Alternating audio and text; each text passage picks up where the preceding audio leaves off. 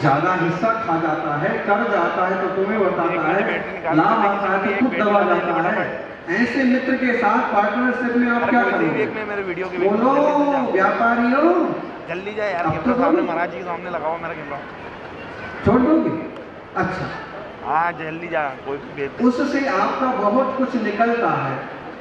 हाँ रूम में से मेरे एक झटके में छोड़ दोगे? जो पीछे की 2 बेगर फिर क्या करोगे? पता पड़ गया है, अब आप ये कोशिश करोगे कि इसे पता ना पड़े कि मुझे इसकी बेईमानी का पता पड़ गया, इसे पता ना पड़े और इससे मैं धीरे धीरे कुछ खींच लूं, उसके बाद मैं इसे हमेशा के लिए छोड़ दूंगा। बराबर ऐसे ही ज्ञानी का मोह मिथ्या तो खत्म हुआ तो उसे मालूम पड़ा कि शरीर और आत्मा की तो पार्टनरशिप हो रही है, दो द्रव्य मिलकर के एक रूप धारण करके आए हुए हैं। वास्तव में यह में गायक आत्मा और इस शरीर जो दोस्त बना है, मानी करता बहुत मेरे माल को लूटता है, अपनी सेवा में ही मेरा वक्त जाया करता है, सब पता पड़ गया। अब तुरंत छोड़ सकते हो? नहीं छोड़ सकते। पहले परिस्थिति संभालो, अपने मन को तोड़ो, अपनी क्षमता को जानो, तब जाकर के कोई त्याग व्रत का कदम। लेकिन पता पड़ गया तो आप धोखे में तो आओगे। इस बेस पर त्याग व्रत होते हैं। उपासना भगवान प्रतिष्ठन करते, जन्म से 3 ज्ञान के धारी थे, उन्हें किसी के उपदेश की कोई जरूरत नहीं। छोटे छोटे बच्चे लोकांतरित बन के आ गए, कहाँ गए? नहीं, वापस स्वर्ग भी चले गए। कहाँ? उनका तो अपना घर है, वापिस लोकांतरित दे। हाँ, ये भगवान आपने अच्छा विचार किया। छोटा सा बच्चा बोल रहा था ना, संसार में कुछ नहीं रखा है, अगर उसको ये बात समझ में आ जाए तो उसको बोलो कि घर मत जाने बेटा। अरे आ गई। यानी आज जो बच्चा ऐसे वचन मुख से बोल रहा है, कभी उसका ये वचन फल गया तो कल वह भी मोक्ष मार्गी फलेगा, पकेगा। इस भाव में ना सही तो आप राजा बन के बैठे, इंद्र बन के बैठे हो, निरर्थक जाने वाला नहीं है, निरर्थक नहीं जाता है कुछ भी। कभी ना कभी असल में रूप प्राप्त होगा, कभी यूं समोषण लगेगा। इसलिए कहते हैं कि बाह्य आचार विचार व्यवहार की शुद्धि पर ध्यान दो और अंतरंग भेद विज्ञान पर बल दो। ज्ञानियों, कर्म मेरी नहीं, नो कर्म मेरी नहीं, देह मेरी नहीं, सामान औजार वस्तुएं मेरी नहीं। बोलो, गाड़ी पर कौन इतराता है? मेरी बहुत कीमती गाड़ी है, ज्यादा कोई छूना नहीं। आदमी को तो तुम मना करते हो, कर सकते हो कि मेरी गाड़ी को छूना नहीं, लेकिन कुत्ता आता है, ऊंट उठाता है, और ये सब सहज संयोग हैं। आज हैं, कल बदल सकते हैं, बढ़ सकते हैं। कल नहीं है का मतलब ये नहीं कि खत्म हो जाए, हो भी सकते हैं, बढ़ भी सकते हैं, लेकिन ये पक्का है कि मेरा आत्मा अलग और ये वस्तुएं हैं। कितना बड़ा बड़ा दान बोल देते हैं यहाँ श्रावक, गजब की बात है। इस जंगल में सोचे तो 1100 की बोली बहुत हो गई, लेकिन लाख से नीचे की कोई बात ही नहीं करती। तो क्या इन लोगों की जमीन में खोद खोद के निकालते?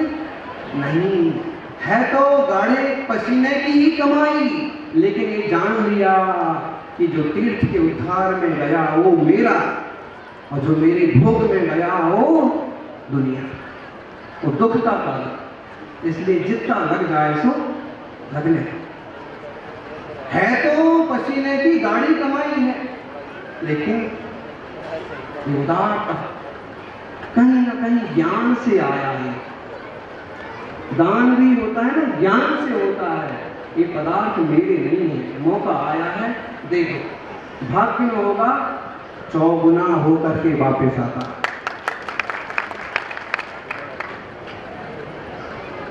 पार्सुला वाले कह रहे थे गुरु महाराज के चरण लगे, गांव की फिजा बदल गई।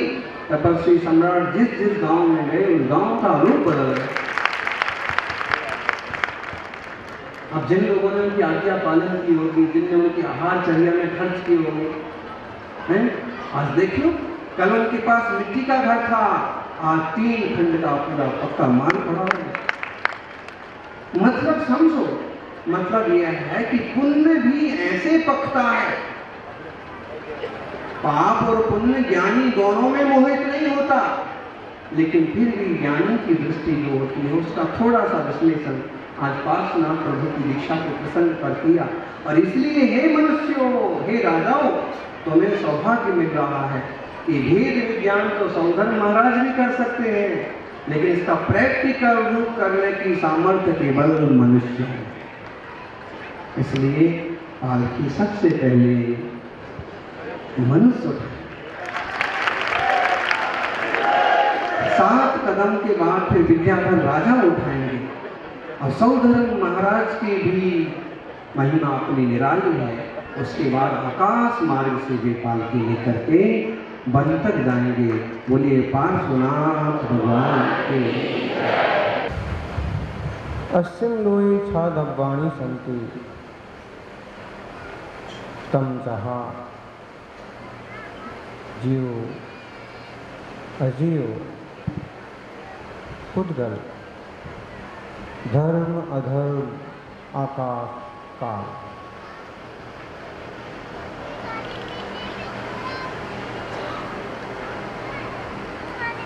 छह द्रव्यों में हम जीव द्रव्य हैं।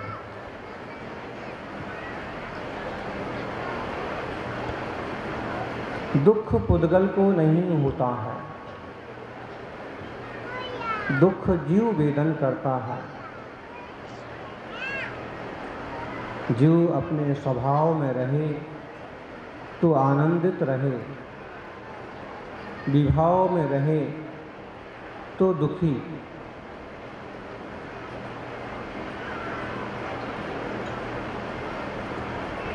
स्वभाव में रहना ही जीव का कर्तव्य है। क्रोधादि विकार तो पर के आश्रय से पैदा हुए हैं। काम आदि विकारी भाव जीव के अपने नहीं हैं, कर्म और कसायों की देन है। कर्म और कसाय जीव का स्वभाव नहीं। हे भव्य जीवों, सौभाग्य से हम सभी पार्श्वनाथ भगवान के समौषण में विराजे हैं। 23वें तीर्थंकर भगवान, जिनका चरित्र बोलता है, जिनके जीवन से सीखें कि कसाय का परिणाम दीर्घ भव विरमण और नरकादि गतियों की प्राप्ति। स्वभाव के आश्रय का परिणाम संसार का पार और उत्तम गतियों की प्राप्ति। क्रोध, मान, माया, लोभ आदि कसायों में, ईर्ष्या, द्वेष आदि भावों में डूब करके जलना, यह अज्ञानता है। और अपने स्वभाव का शांतता का आश्रय करना एक ज्ञान है। परिपूर्ण शांत हो जाना ही संसार से पार जाने का श्रेष्ठ रास्ता है। उपसंपयामि सम्मम जत्तो निर्वाण संपत्ति। मैं अत्यंत शांत भाव को प्राप्त होता हूँ जब तक कि निर्वाण की प्राप्ति ना हो जाए। हे जीवों, 4 गति 84 लाख योनि में परिभ्रमण करते हुए बहुत काल हो गया। अब तो संसार से थकान होना चाहिए। कभी यह जीव स्त्री की पर्याय में गया, कभी पुरुष हुआ, कभी नपुंसक हुआ, कभी पशु पंछी हुआ और तरह तरह के रूप धारण करता हुआ संसार में डोल रहा। गजब की बात देखो, जिस पर्याय में जाता है उसी में तल्लीन हो जाता है। यो यत्र निवसन्नास्ते सतत्र कुरुते रतिम, यो यत्र रमते तस्मात् धन्यत्र सा न गच्छति। यह संसारी जीव, यह जीव जैसे माहौल में रहता है उसी में तल्लीन हो जाता है, उसको छोड़ना नहीं चाहता।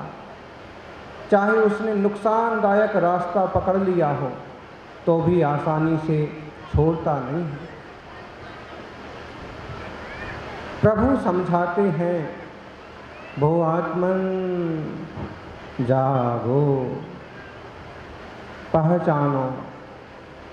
जैसे पारस प्रभु में अनंत गुण प्रकट हुए, वैसे हर एक आत्मा में अनंत गुण प्रकट। गुण तो मरुभूति के जीव में भी थे, वही गुण हाथी की पर्याय में रहे, वही देव पर्याय में रहे। चक्रवर्ती की पर्याय में भी वही जीव रहा, लेकिन पर्यायों की अशुद्धता का प्रभाव कि वह शुद्ध स्वभाव का पूर्ण वेदन नहीं करता।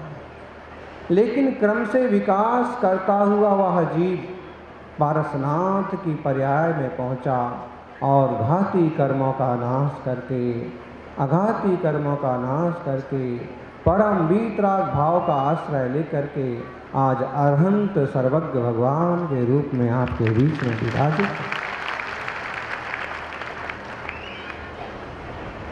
बीज से वृक्ष जैसे पैदा होता है, वैसे ही जीव से प्रभु पैदा होता है, आत्मा से परमात्मा पैदा होता है, कंकर से शंकर पैदा होता है।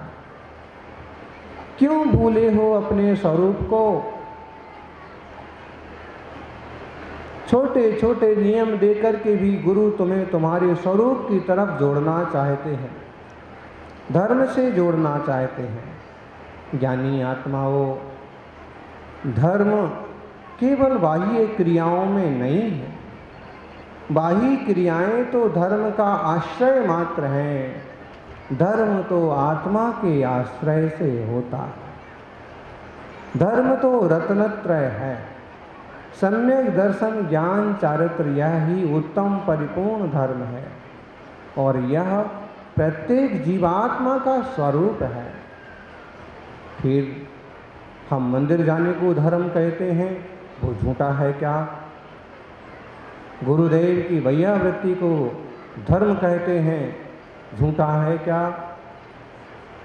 दान दो धर्म होगा, ऐसा कहना झूठा है क्या? नए दृष्टि से देखें तो झूठा नहीं है, लेकिन शुद्ध दृष्टि से देखें तो ये धर्म के साधन हैं। साक्षात धर्म तो आत्मविशुद्धि ही है। आत्मार्थियों, प्रभु कहते हैं,